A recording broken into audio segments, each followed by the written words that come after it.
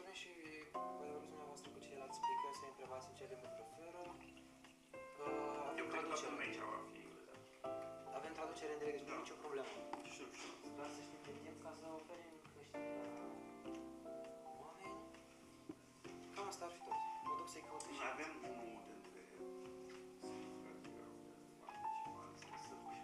Da, BANDOVIĆ. BANDOVIĆ va fi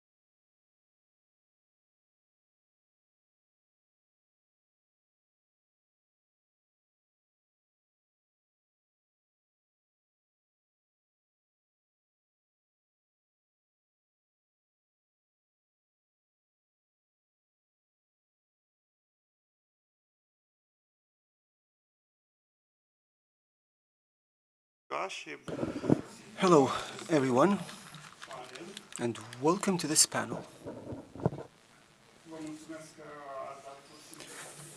Thank you for taking our invitation to attend this debate on the enlargement concept and the associated security risk. In my capacity as a moderator, I will give you some introductory remarks because the Institute for Democracy and Liberty was the one who suggested this topic, and I will tell you why. This is one of our topics of interest. However, I would like to introduce myself. I am Cristian, the chair of the Institute for Liberty and Democracy in Romania, and I'm happy to welcome Mr. Igor BANDOVIĆ, director of the Regional Security Policy Center in Belgrade. Mr. BANDOVIĆ is Senior Program Manager for European funds, and he was also the coordinator of the Balkan region in Europe within the political advisory group. So he has a lot of experience in the field. Also, we have Mr. Iulian GROZA, known expert in foreign policy and European affairs, now Executive Director of the Institute for European Policies and Reforms in Chișinău. His prior experience make him a great asset. He was Deputy Minister in the Ministry of European Affairs, in charge of European integration in the 2013-2015 period, when he was also a member of the negotiation team for the association, under the association agreement. And not least, we've saved him for last because this is a good friend of mine, Mr. Leonard ORBAN,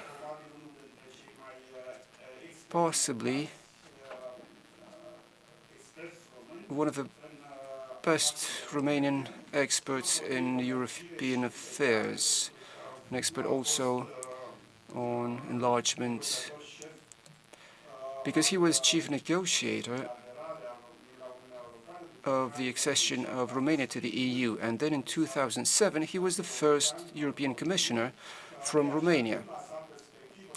Hence his dual perspective as negotiator on behalf of a candidate country and then as EC Commissioner, allowing him to see both sides of the subject matter. He was also presidential advisor for European affairs, and he is now associated professor at the Romanian American University.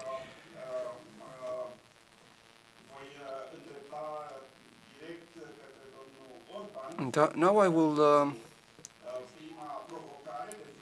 send my first challenge to Mr. ORBAN, because the idea was to make this debate a bit more engaging.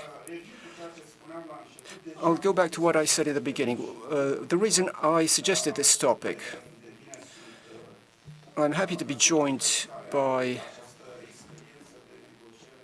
personalities having a lot of experience on the topic in all its facets.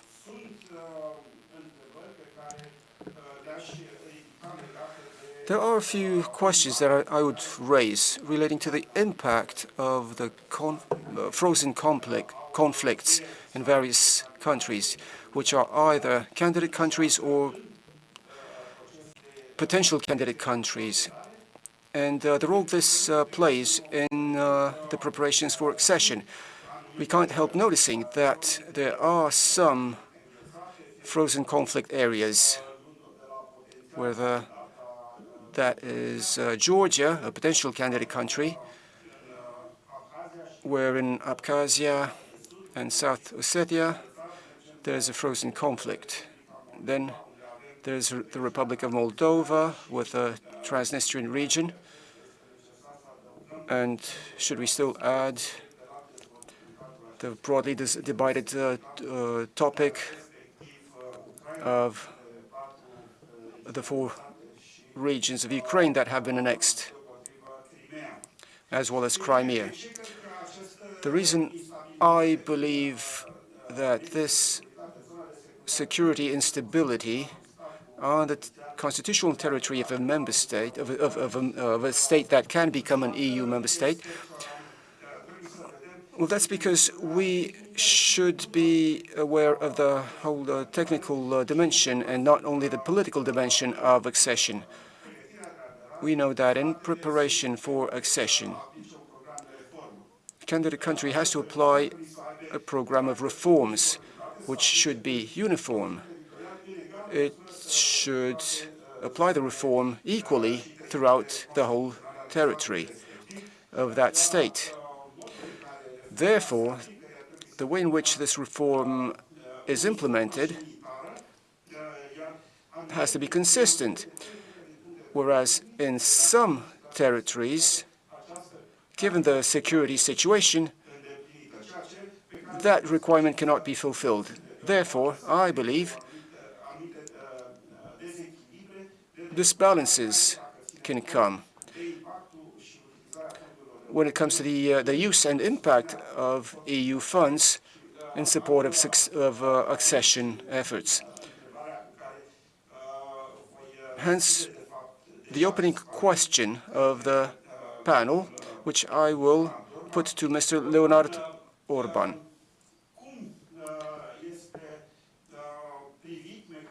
How is this mechanism of the EU to support candidate or potentially candidate countries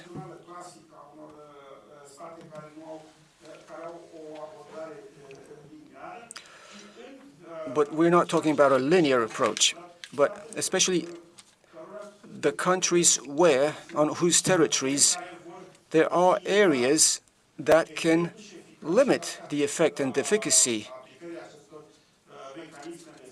of these EU support mechanisms. Thank you, Mr. David. Thank you for your introduction. I have a written speech in English, therefore I will switch to English. My intervention, there is an answer to your question. Okay, so ladies and gentlemen, I'm Doamnelor și and share my views on this topic on high interest. As we all know, we are living critical times with Russia's aggression against Ukraine at our borders. A war that lasts for more than a year and has serious consequences and a disturbing impact on our region, including the Western Balkans and Black Sea region. There are extraordinary challenges the European Union must face nowadays, with huge consequences for the European, transatlantic, and global security. For sure, the security cannot be taken for granted in Europe anymore. Unfortunately, this is the case, following Russia's illegal war in Ukraine. I think the European perspective for the Western Balkans and for the Eastern partners is the only solid option for long-term peace, stability, and prosperity in Europe. The EU enlargement process should continue as a strategic vision to build our space of security, prosperity, and values, and the current geopolitical developments confirm this aspect. Especially in the current context, the partners from the Western Balkans, as well as the Eastern partners who have made a European choice, need a solid, credible path to accession. a predictable, coherent, and merit-based enlargement process will maintain the European Union's credibility and the public support in the Western Balkans and Eastern partners. Definitely, the Western Balkans must be kept high on the EU agenda. Anchoring the Western Balkans firmly and irreversibly on the European path must remain the EU's strategic objective. This implies a shared responsibility both for our partners from the region and for the EU. In the light of last year's developments, the EU's expectation regarding the progress of its Western Balkan partners on the EU path have increased. Unfortunately, these expectations were not quite fulfilled, since some partners have not demonstrated an engaging commitment to the reforms. There is need for the Western Balkan partners to make decisive and sustainable progress on reforms, notably on the rule of law, to show commitment to EU values, to seize anti-EU narratives, and to align fully with the EU common foreign and security policy, in particular to implement the restrictive measures as well as to avoid the evasion of sanctions against Russia. And I will speak now only about one partner from Western Balkans. In particular, Serbia can be strongly criticized for the lack of commitment to join the EU, for its deteriorating democracy, questionable foreign policy decisions, for the systemic deficiencies in terms of pro-European strategic communication, for the lack of progress in implementing the EU sanction on Russia and Belarus.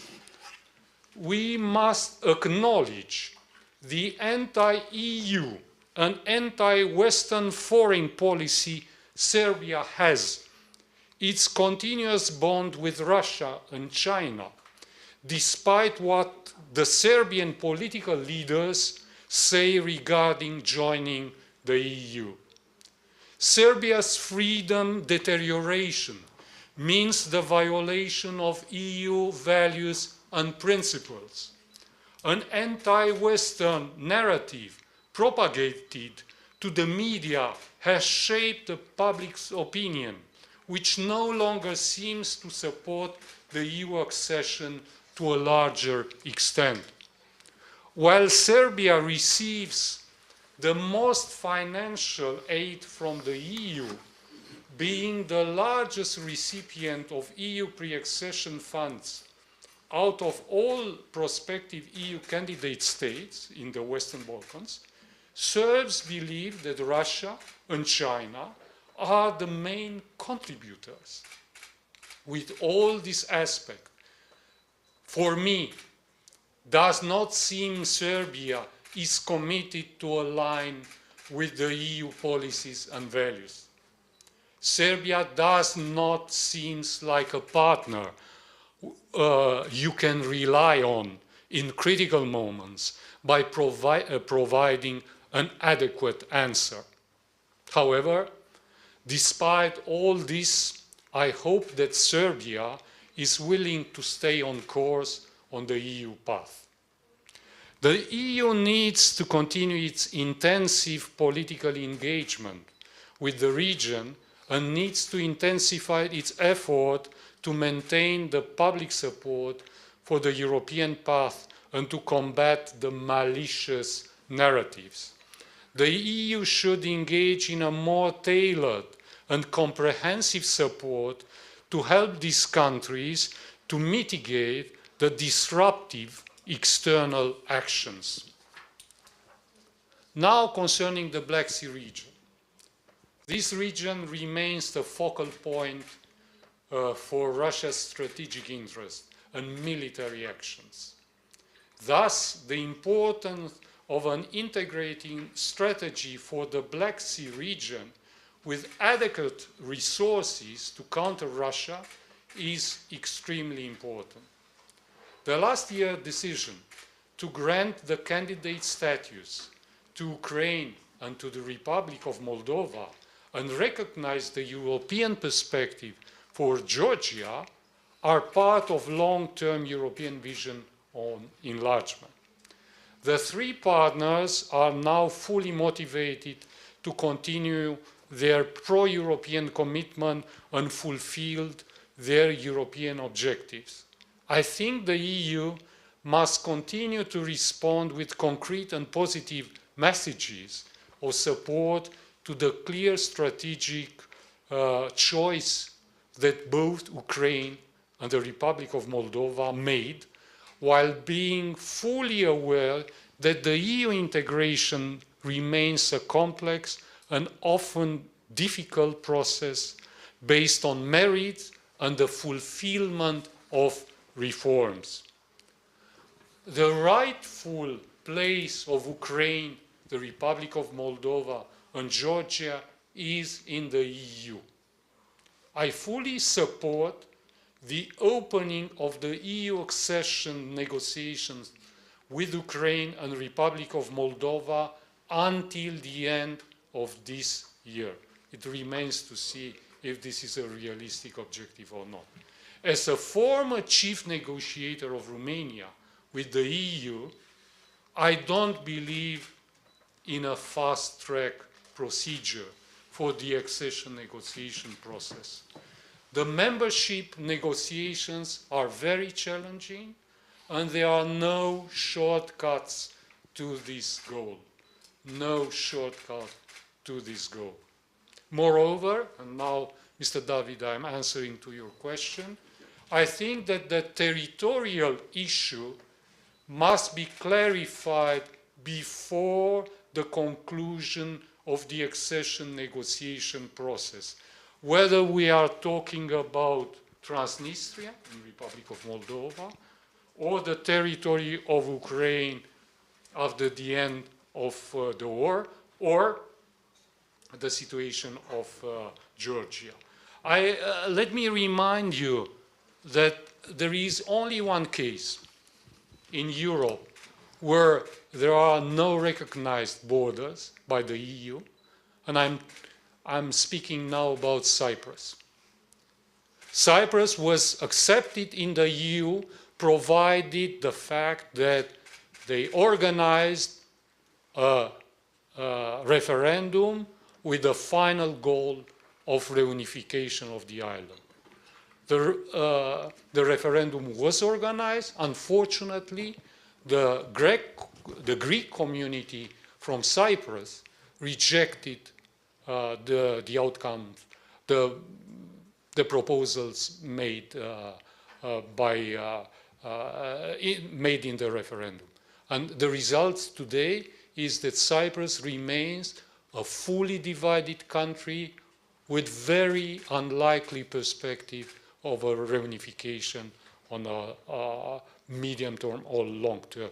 I don't think that the Union will accept another Cyprus case, and I think that the question concerning Transnistria, concerning the borders, as I said, of Ukraine after the war, and Abkhazia and Ossetia and Georgia should be settled in a way or in another well before the accession of these countries to the EU.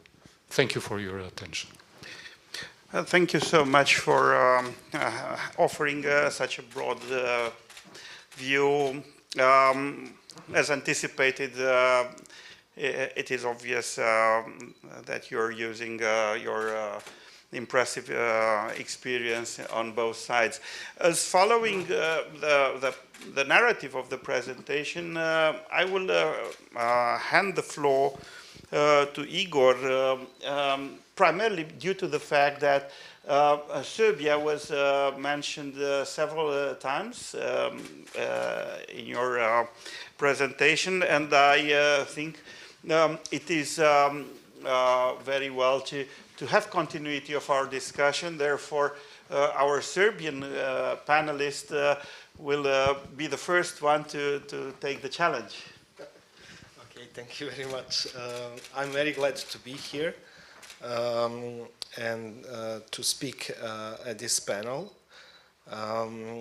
Before really commenting on what previous speakers said on Serbia, maybe just to put this whole story of enlargement when it comes to Western Balkans in a larger perspective.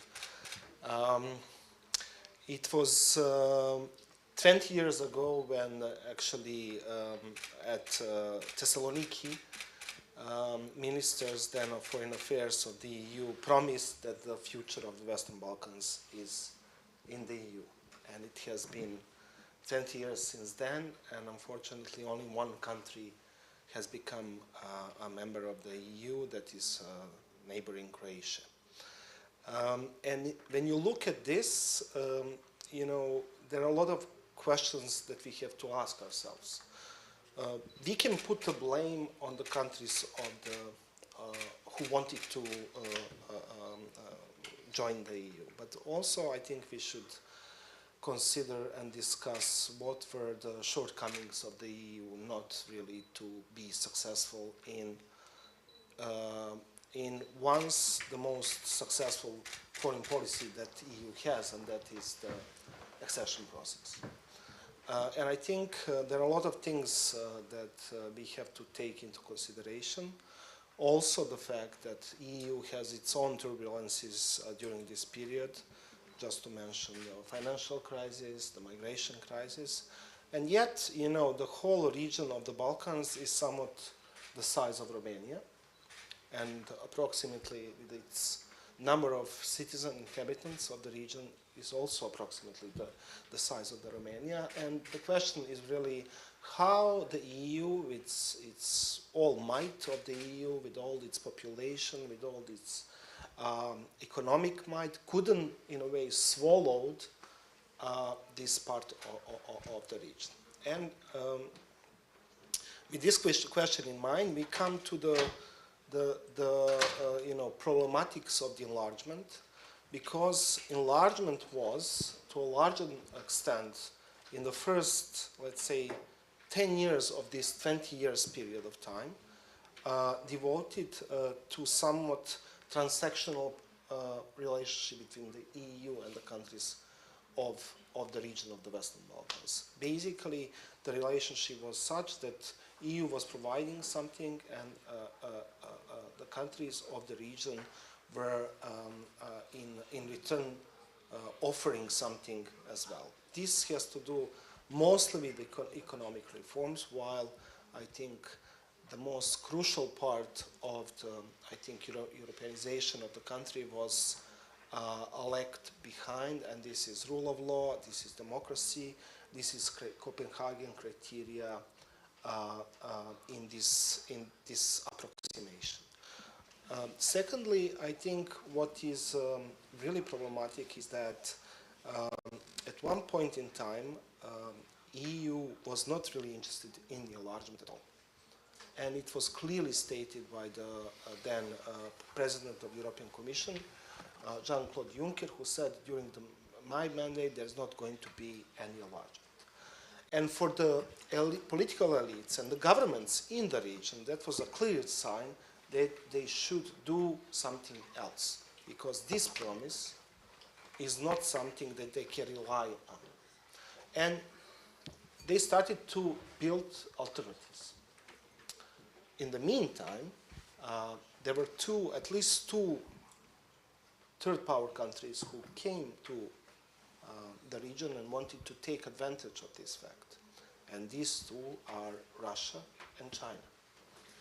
What they were offering then was cheap money, cheap loans, and they were not asking for anything in return.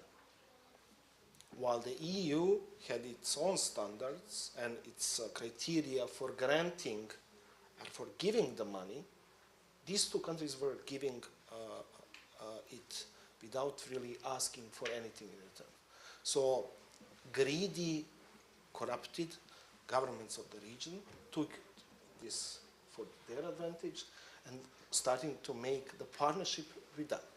I think in this case, and I agree with what colleagues said, Serbia is probably the most illustrative example of that. And it is because, and maybe when we are talking about this, we should more talk about, let's say, government of Serbia than really people of Serbia, because I strongly believe that the future of Serbian people is within the EU, that Serbian people believe in the EU, and it belongs to the EU historically, culturally, and traditionally. But our government, which is in power for now 10 years, have been abusing its position, and basically what they did is that they captured the whole society and started building, first of all, bridges with autocracies, such as Putin's Russia, later with Orban's Hungary, which I think the EU has serious problem with now, and basically using the propaganda, which was not Russian propaganda. It was homegrown propaganda in order to keep the citizens and actually to kill this EU dream of its citizens. And I think this is the most problematic part of it, because nowadays we are talking about more than half of the people who are favoring Russia and Russian position. And you know, historically speaking, this is the closest that Serbia has been towards Russia. Serbia, during even communist times, during Socialist Federative Republic of Yugoslavia, was not that close to Soviet Union as it is now. But this is, for me, this is clear sign of conspiracy against Serbian people by its own elite. Because if you look at the elections, since Serbian citizens actually get rid of Milosevic in 2000, they were always voting pro-EU. Even current president needed to start talking pro-European story in order to win the elections. It was only then that he won elections in 2012. He was incumbent for the elections for many years because he wanted to came to power. But only in 2012 he managed to come to the election. He was then also promising the EU future for the citizens. And we should not take this out of our minds when we are talking about Serbia. Furthermore, and this is where I will finish, the blame is also on certain leaders of the EU. And here I would notably mention the Chancellor Merkel, because she built the strategy for the region, which is called stabilitocracy. I will be in contact with all the leaders in the Balkans in order to prevent them that they fight, in order to prevent fight between them, but I will not do anything more to integrate.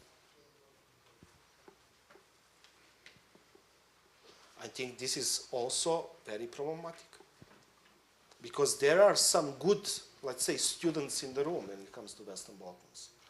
These are the countries, as colleague mentioned, who are complying with the EU foreign and security policy, who are trying to do the reforms, which are painful, very, very demanding, but they are not granted any kind of success. You are talking about? I'm talking about Montenegro, I'm talking about North Macedonia. I have strong doubts. Yeah, About, well, Montenegro, for example. Okay, but sorry. yeah. But for example, the sacrifice that North Macedonia needed to do in order to change the country was not granted by the EU in a way it should have been. But I mean, why I'm mentioning this? I'm mentioning this because, in my strong opinion, in order for the this part of the region, Western Balkans, to become a member of the EU. And if that is the EU strategy for this region, EU has to reform. EU cannot take these countries now. And it cannot take these countries for the simple reason because the corrosion of the elites from the region will, in a way, influence EU in a very bad way.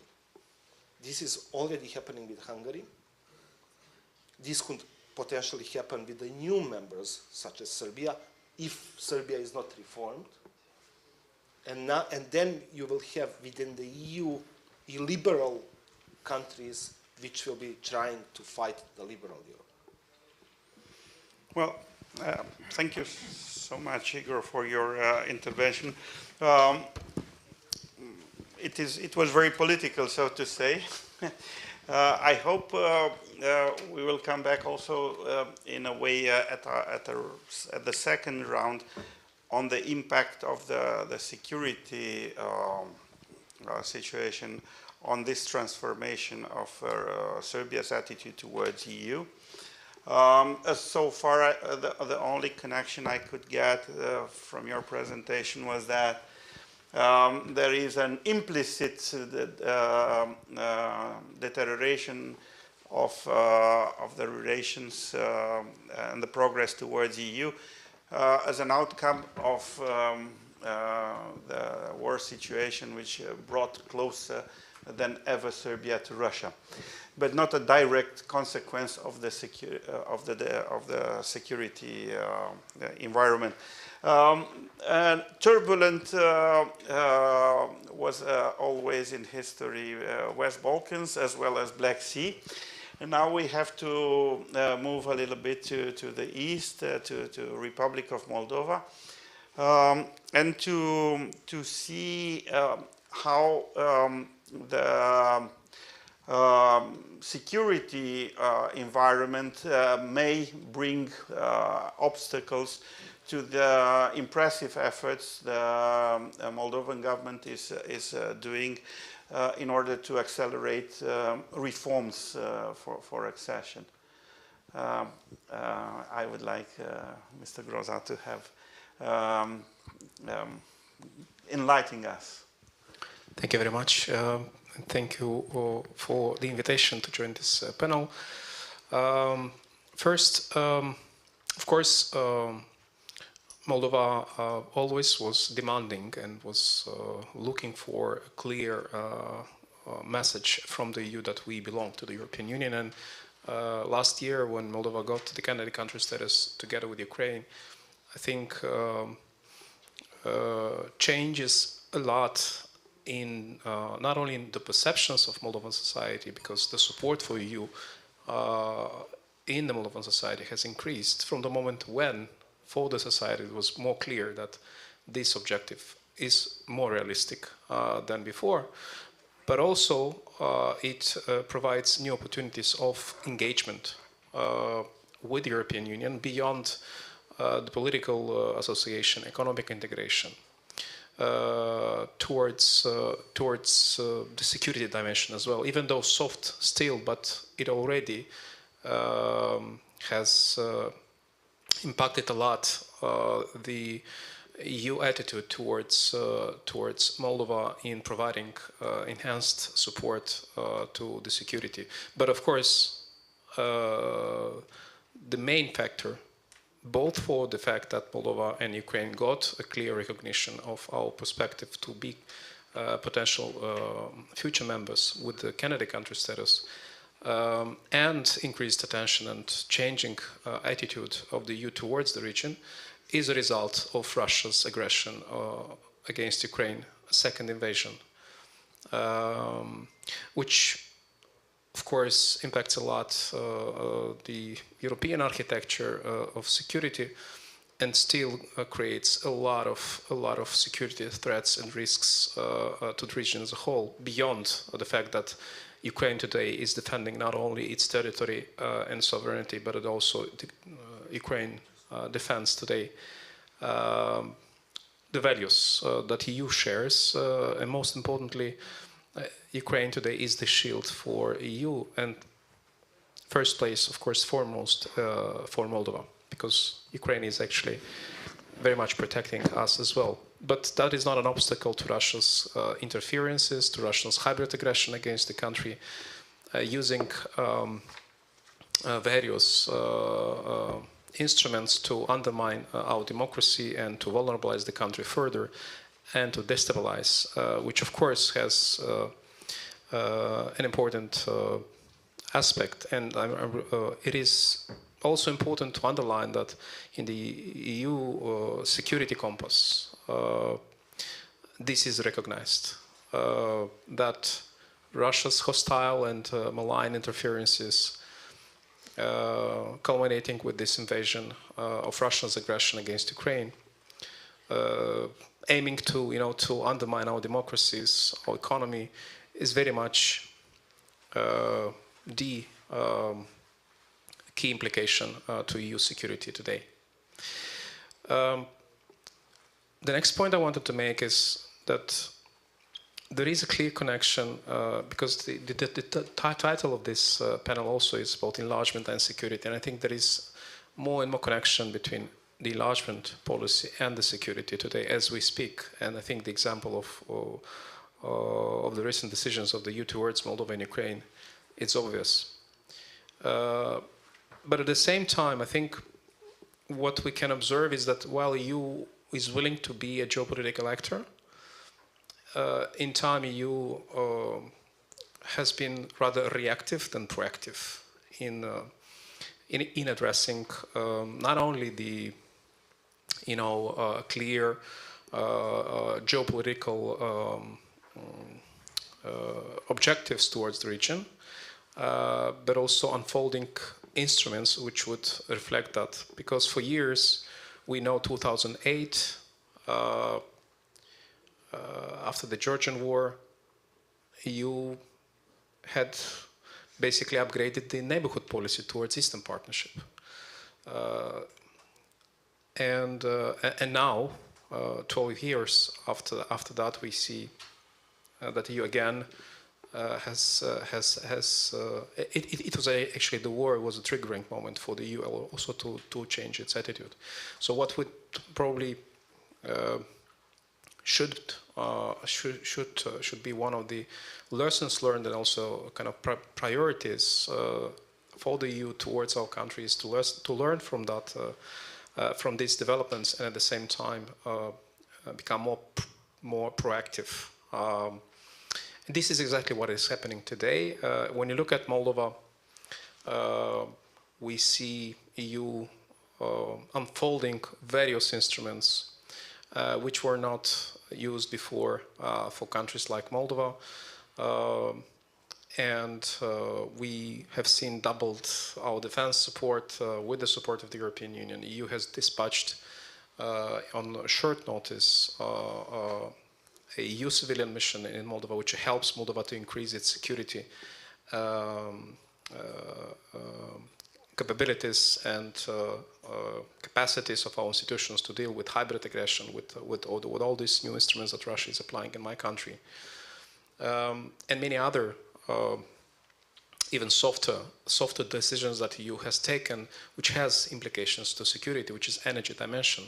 1 year ago, and it was said today and yesterday many times in the conference, but I'd like to underline that 1 year ago it was unimaginable to see Moldova independent from in terms of energy from Russia.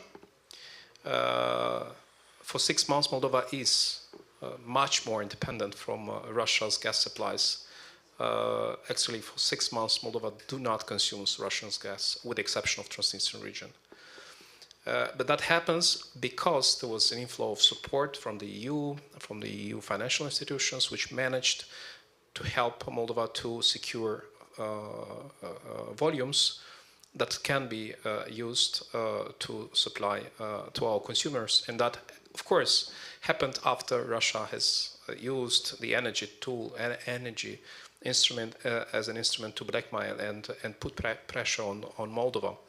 But again, here EU was forward-looking, dispatching all support, and it proved to work. So I think this type of examples can be multiplied in many other areas, because security is one of them.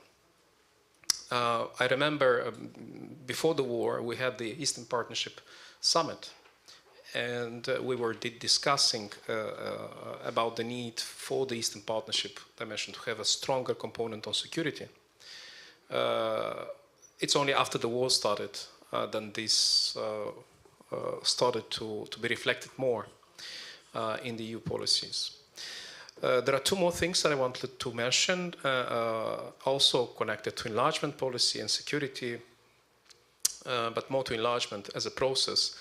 Moldova is looking towards starting accession negotiations, and for us as a country, as a candidate country, that is crucially important, not only for our democratization process, but also in terms of security dimension as well, even though the fact that Moldova is only a candidate country and it starts accession negotiation, that doesn't necessarily mean that Moldova is benefiting from the kind of EU security umbrella.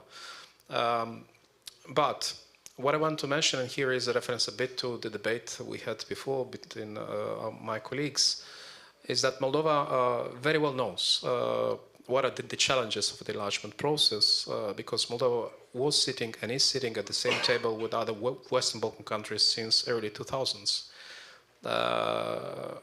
And we perfectly understand, and we also understand the frustration of the Western Balkan countries about the delays of that process. We also have seen the effort on the many member states level and the EU level to try to reform that.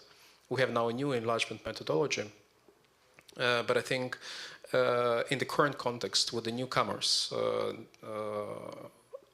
with the new lessons learned, I think this policy has to be upgraded, has not only to include Moldova, Ukraine, and potentially Georgia in this enlargement policy, but also in terms of the approach and looking in depth at the merit-based, but at the same time looking at other opportunities to secure and to anchor our countries in the European Union. There is currently, I mean, last year we have launched in the think tank community a discussion, and my colleagues from Brussels, from SEPS, have introduced the idea of the staged accession. And I think this is one of the solutions that we all have to look at to fill in the gap of expectations and of need of anchoring our countries in the European Union. And part of that, of course, is also connected to security. And I think the idea of the staged accession would also meet intermediary objectives and expectations for the countries, which would better kind of secure our process on the in the European Union. And the last point I want to make is the reference to unsolved conflicts and the fact that EU may not accept countries which have problems with borders.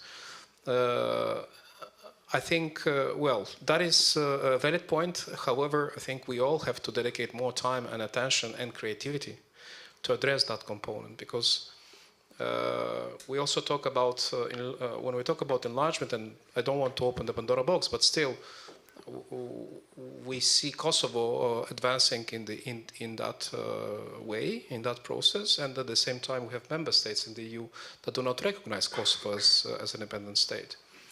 And at the same time, we also talk about, the fact that we need to solve as countries, as candidate countries, the issue of borders. But I think what it is also important to understand that while our countries are part of the enlargement policy, the EU has also a shared responsibility for the process. What I mean is that while we negotiate accession negotiations, at least I think in case of Moldova, the integration process of the country is closely connected to the accession process. Because while we're negotiating chapters, from the perspective of an integrated country, where we see Transnistrian region in integrated. Then we have positive experience in that sense, because And back in 2014, when we signed the association agreement with the EU, we reached an agreement with the EU to extend the application of the agreement on the whole territory of the country, including in Transnistrian region. While some political analysts in my country were criticizing that we had this positive discrimination towards companies in the region, well, now today, with the war happening, we see that that was a wise idea, because it increased the independency at the level of business, at the level of people, but at the level of political elites as well.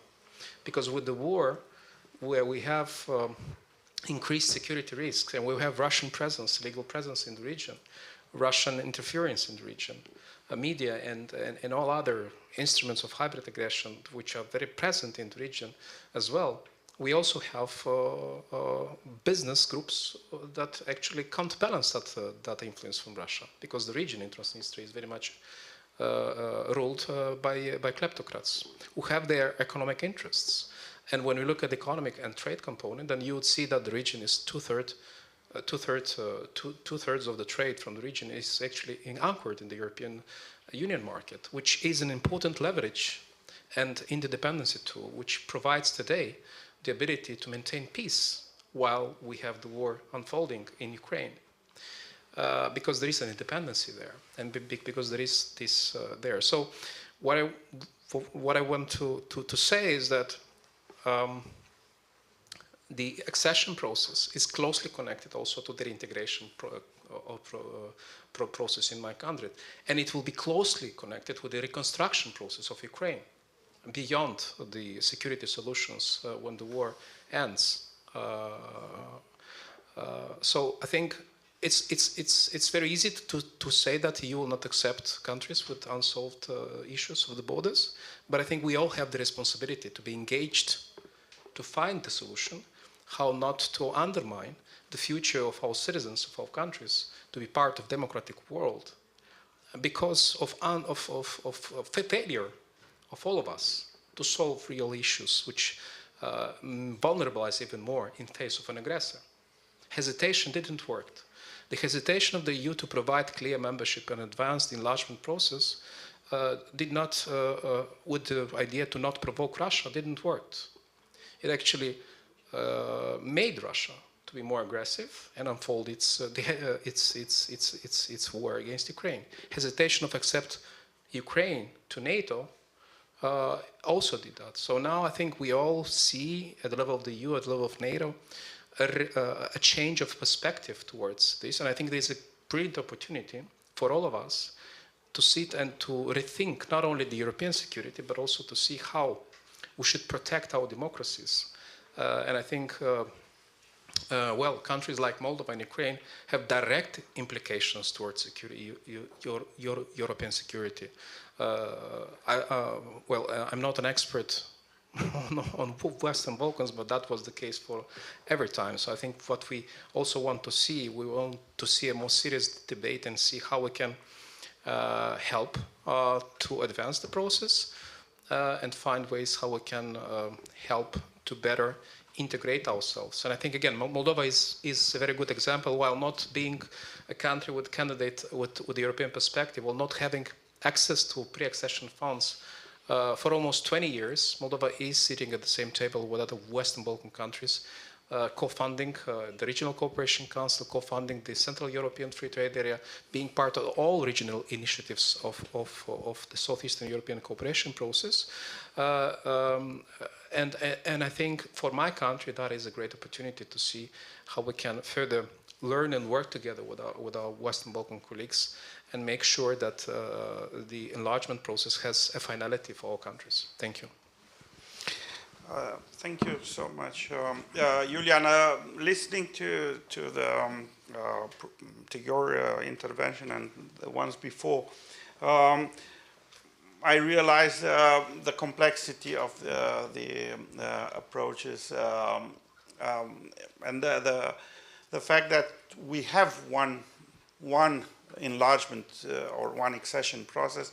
That is just the paradigm, but there are very, very different situations. It's a multifaceted procedure for each of the country.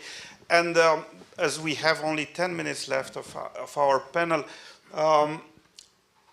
I would like to leave you to have 2 or 3 minutes intervention at the end, just giving your perspective how regional or sub-regional cooperation amongst the candidate countries can be helpful to cope with the risks and threats derived from the deterioration of the security environment, and how the solidarity, which is not only amongst the member states, but also can be also shown amongst the candidate countries in order to learn from each other, but to go hand in hand in this process, can be a positive in the strengthening and accelerating the reforms.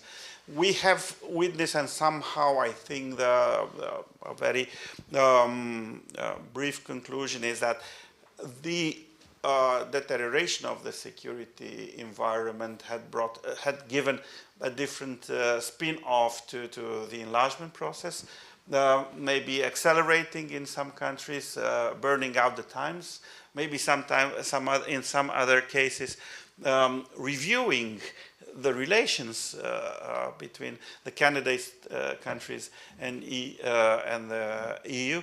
But nevertheless, there has to be a kind of not homogeneity at the regional level, but at least once we share a common goal, maybe we can have also some common path in this. So I would leave Igor first, then Iulian, and I think as a paramounting conclusion, Leonard will be the last in this last round. So please, Igor. Thank you very much.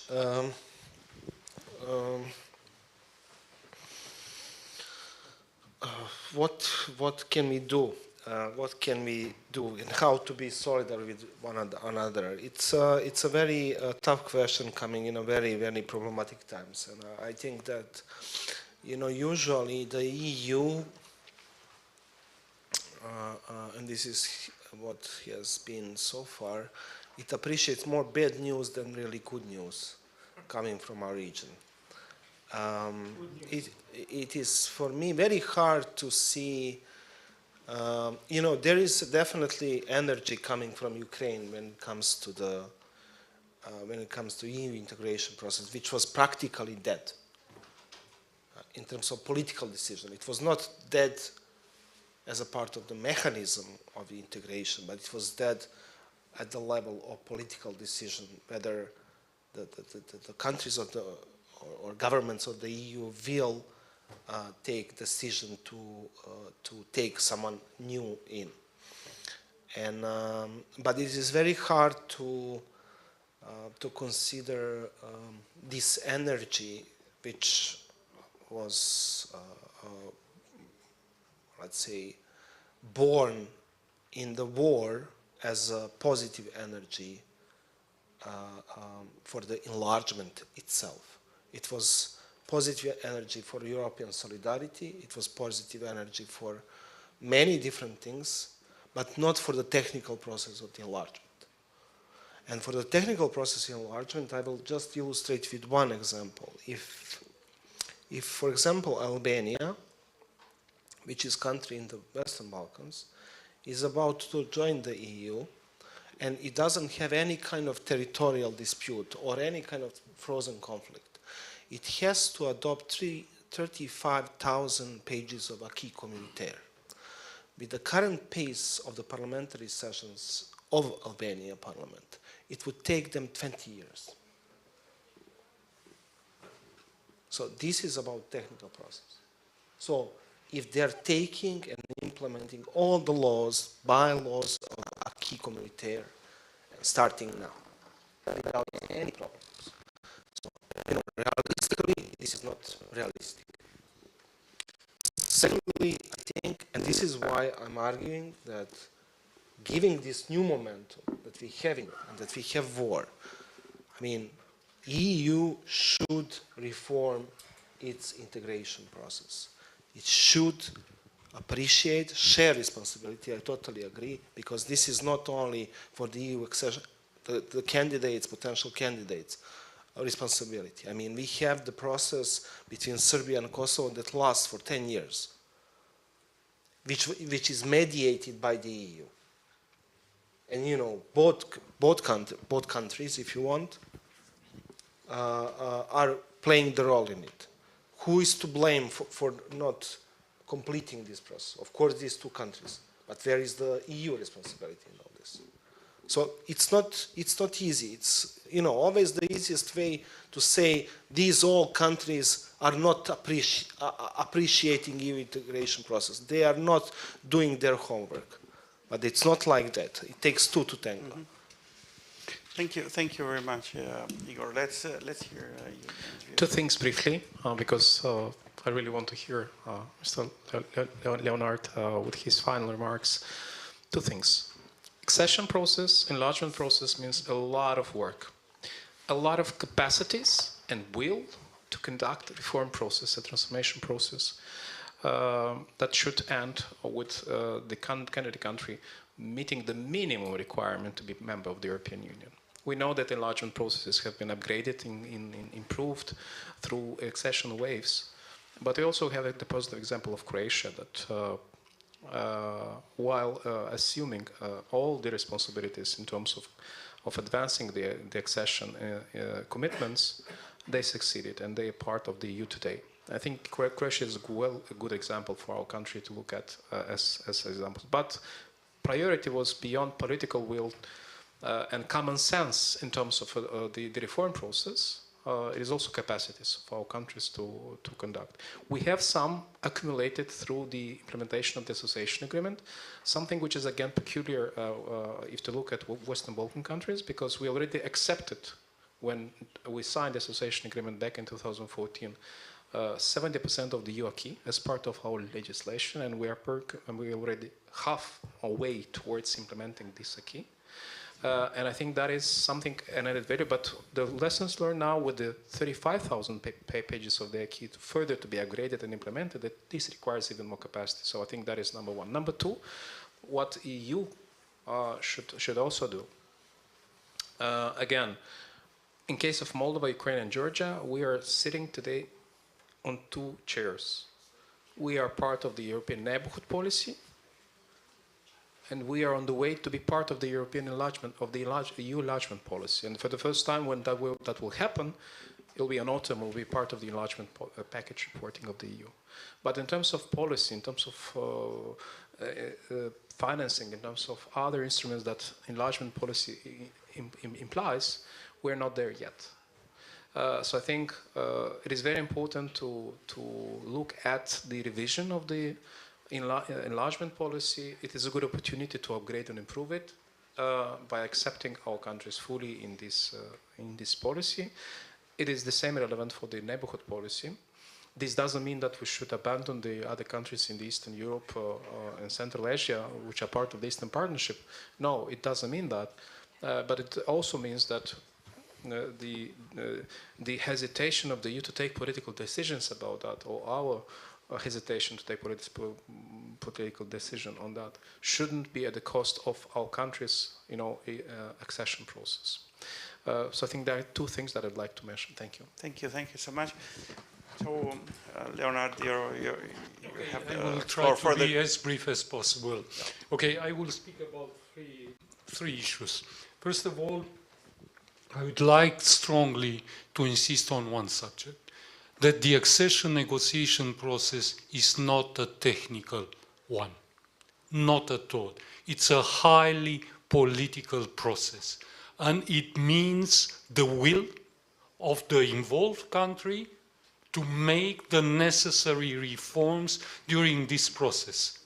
I was deeply involved in this process, initially as a deputy chief negotiator and then as a chief negotiator.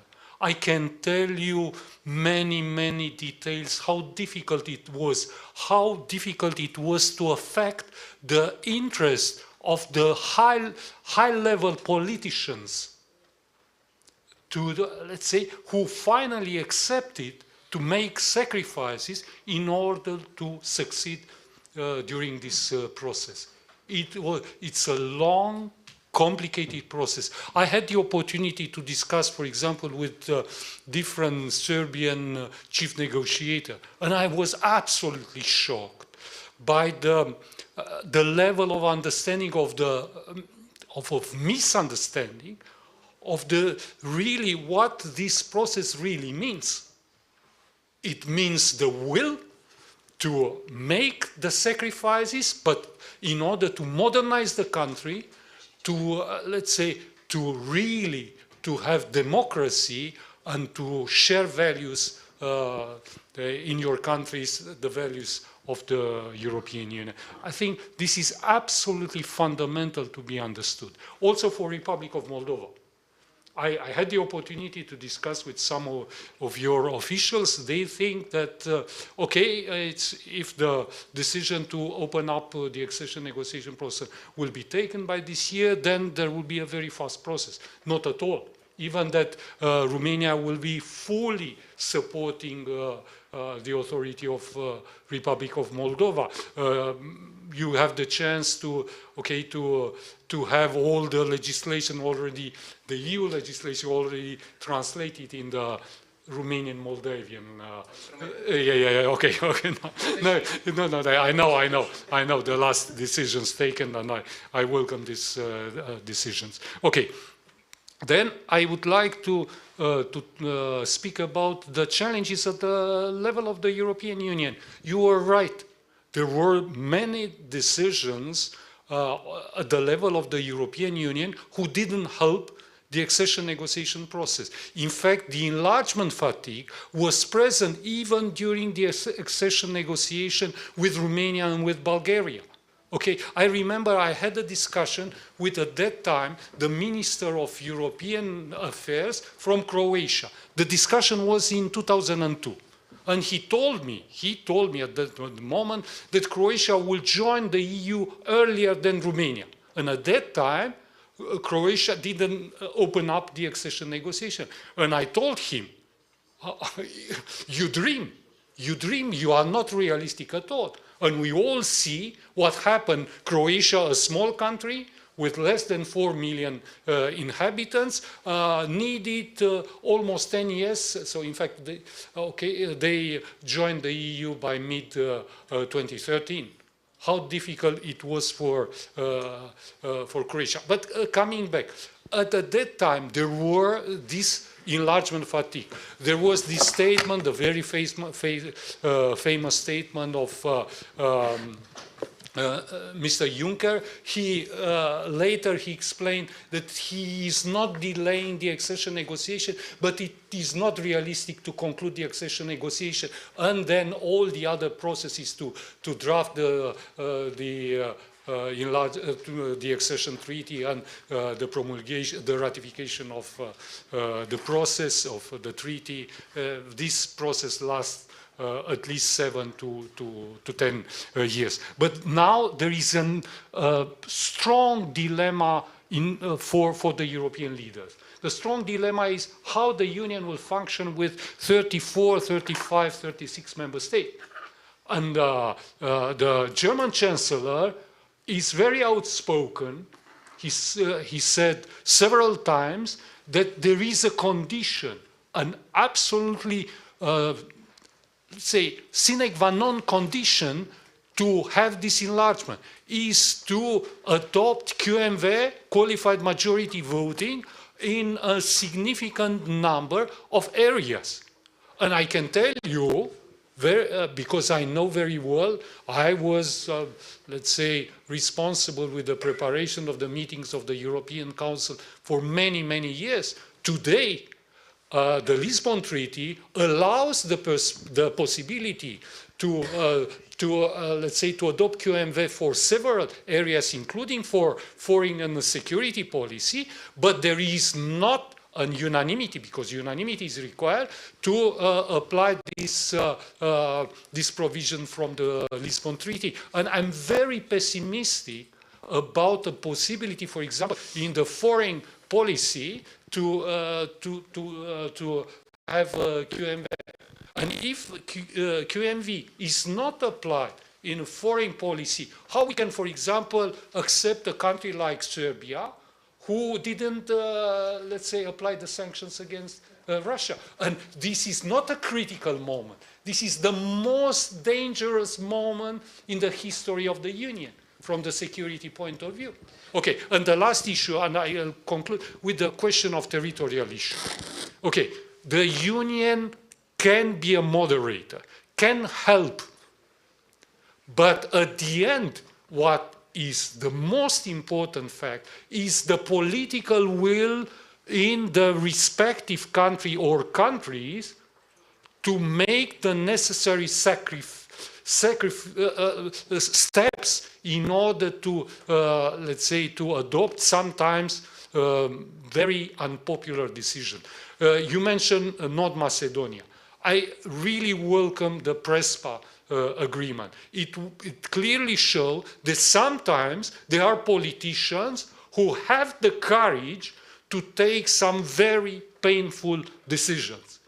I hope that also in the Republic of Moldova, in Georgia, and wherever, okay, the politicians from this country will have the courage, sooner or later, to deal with this issue. Thank you very much. I think this is a very good conclusion. Nothing to add more. Just thanks for your presence, your contribution, and your vivid discussion. I hope to see you soon, dear fellows.